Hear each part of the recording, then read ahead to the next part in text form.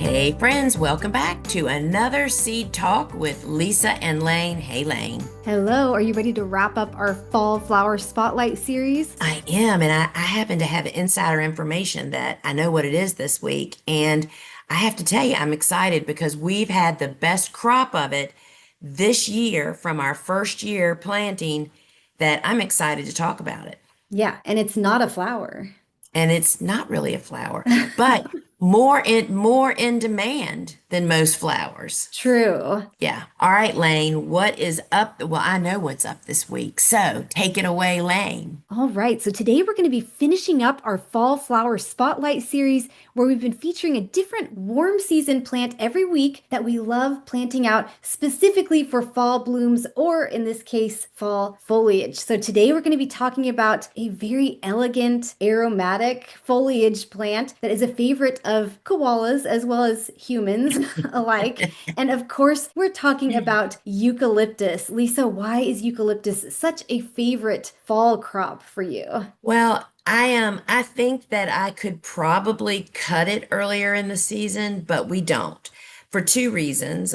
First again, I love saving a crop that I know we can sell all of it in the fall, kind of hold it back and make it a special. It's like, oh no, we don't even cut eucalyptus till after the 1st of September.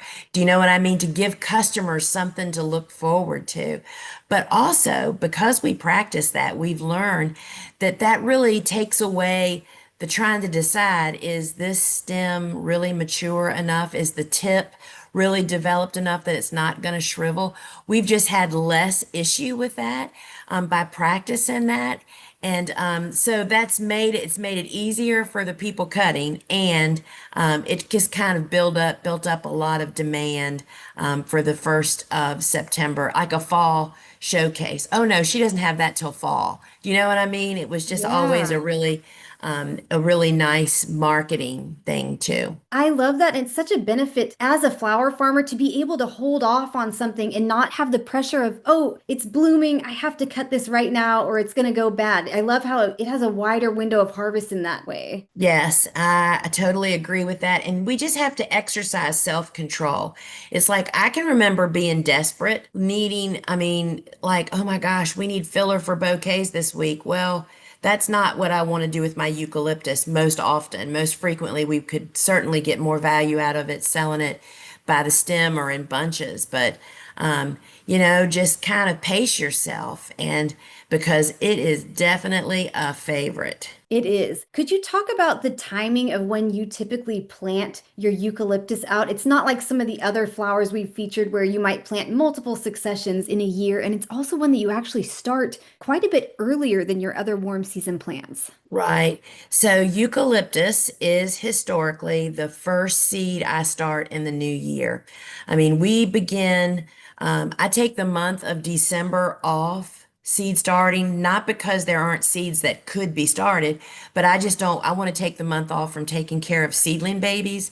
So we've got everything planted for the fall, no babies for December, and then the first week back to work, which is the week following that January 2nd happens on.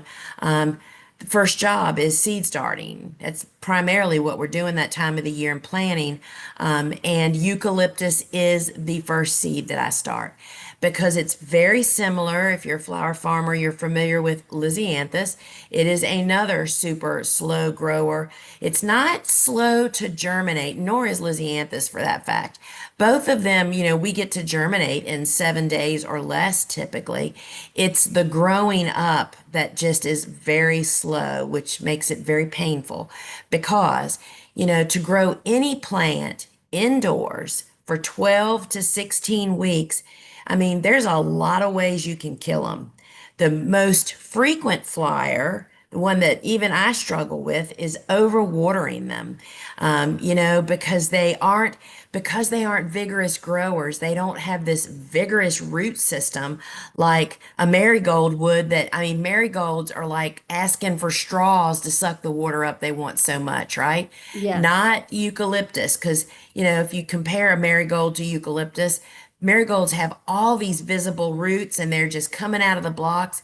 that just doesn't happen to eucalyptus. And I'll tell you I'll remember back when we were recording Jenny Love's course, Farmer Florist School, the wedding process. She was here on the farm for a week doing that. And I can remember I had my eucalyptus seedlings, and she looked at me and said, "You've got to be kidding me, Lisa. Why are you not buying plugs?"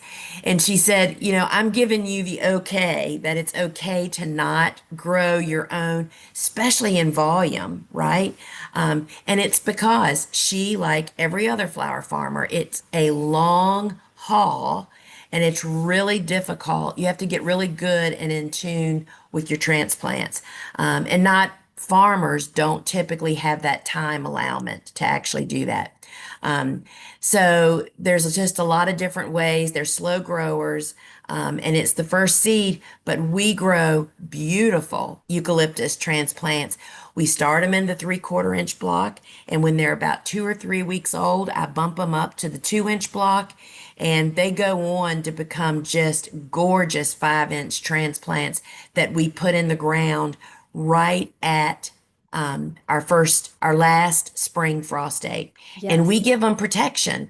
They come from Australia. They like it hot, you know? Yeah, and they can overwinter in some of the warmer zones. And we Yes. actually have an episode number 111 about overwintering eucalyptus. So you might want to go back and listen to that if you want some more information on overwintering. And we also have an episode with Dave Dowling all about eucalyptus, which was episode 29. So those are both great ones to Oh, revisit. yeah. So we plant them out, like, because they get pretty big. They can get pretty big if you plant healthy transplants at the right time into warmish soil.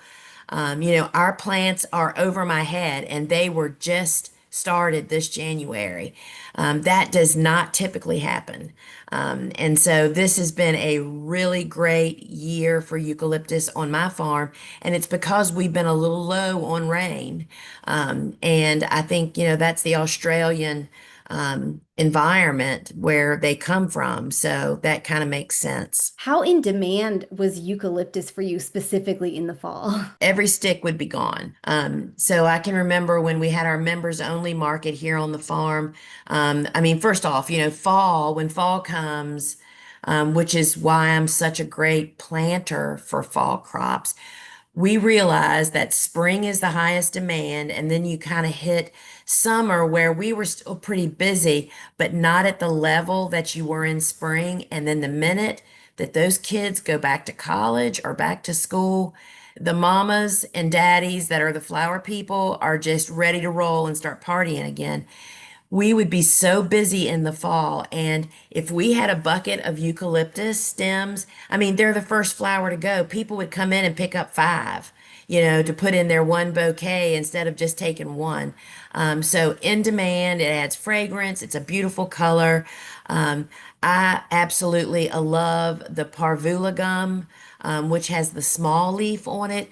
I just find it more filling and more useful in just your average Joe bouquet, using big pieces of silver dollar, which is the classic gray one that most people are familiar with, or the polyanthemus, which I absolutely love polyan, but she doesn't fill up a lot of space in a bouquet. She's more of a added attraction. So parvula gum was always my go-to for usefulness, but they're all just beautiful. And people are like, "Oh my gosh, that's eucalyptus. I'll take that." I mean, people hear the name and want it before they even understand what it looks like. It's true. And it just really elevates any bouquet and it really gives the designer look. Even if you have no experience putting bouquets or arrangements together, I feel like it instantly just looks polished and sophisticated. And it also looks great all on its own. Yeah, I agree with that. We cut our first eucalyptus and it was polyanthemus. And I just took there was probably like 5 or 6 stems.